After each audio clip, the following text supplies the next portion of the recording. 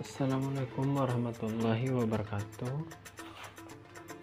Perkenalkan, nama saya Irfan Data Bromden, NPM 3061914014. Mata kuliah Embriologi dan Reproduksi Hewan. Hari ini saya akan membahas tentang perkembangan zigot, pembelahan sel, dan blastula.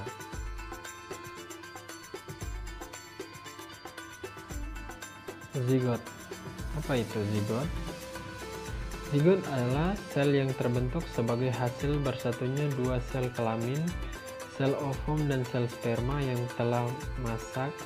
Zigot ialah sebuah proses perkembangbiakan sebelum janin atau calon janin embrio pada rahim perempuan, yang lama-kelamaan zigot ini akan berkembang menjadi janin dan embrio yang lalu akan dilahirkan menjadi bayi. Perkembang zigot. Setelah fertilisasi, zigot pada manusia akan berkembang menjadi organisme multiselular melalui tahap-tahap perkembangannya. Perkembangan tersebut melalui pola dasar tertentu yang dapat dibagi beberapa tahap, yaitu 1. Fase morula. Fase morula adalah pembelahan sel yang terjadi setelah sel berjumlah 32 sel dan berakhir bila sel sudah menghasilkan sejumlah blastomer yang berukuran sama, akan tetapi ukurannya lebih kecil. Setelah sel tersebut memadat untuk menjadi blastodip kecil yang membentuk dua lapisan sel, pada saat ini ukuran sel mulai beragam. Sel membelah secara melintang dan mulai membentuk formasi lapisan kedua secara samar pada kutub anima. Stadium morula berakhir apabila pembelahan sel sudah menghasilkan blastomer. Blastomer kemudian memadat menjadi blastodis kecil membentuk dua lapisan sel.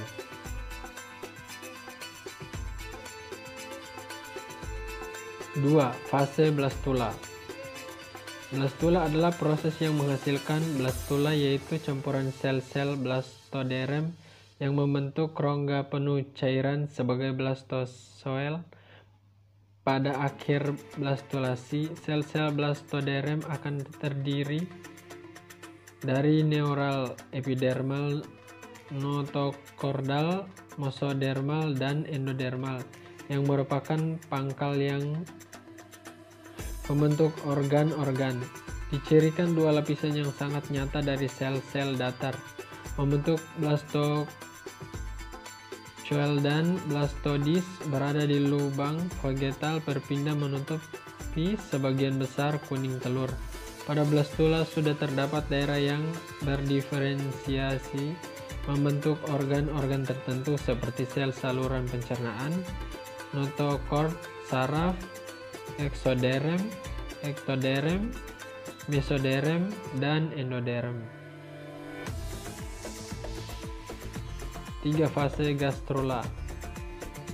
Fase gastrula merupakan proses di mana sel-sel berkembang dan berimigrasi dalam embrio untuk mengubah massa sel dalam tahap blastokista menjadi embrio yang berisi 3 lapisan germinal primer. Migrasi sel-sel tersebut terjadi secara terintegrasi yang dilakukan melalui berbagai macam gerakan-gerakan morfogenik. Hasil penting gratulasi adalah bahwa beberapa sel pada atau dengan permukaan blastula berpindah ke lokasi baru yang lebih dalam. Hal ini akan mentransformasikan blastula menjadi embrio berlapis 3 yang disebut dengan gastrula. Pembelahan sel.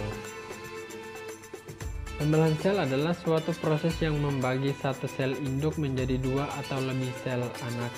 Pembelahan sel biasanya merupakan bagian kecil dari suatu siklus sel yang lebih besar.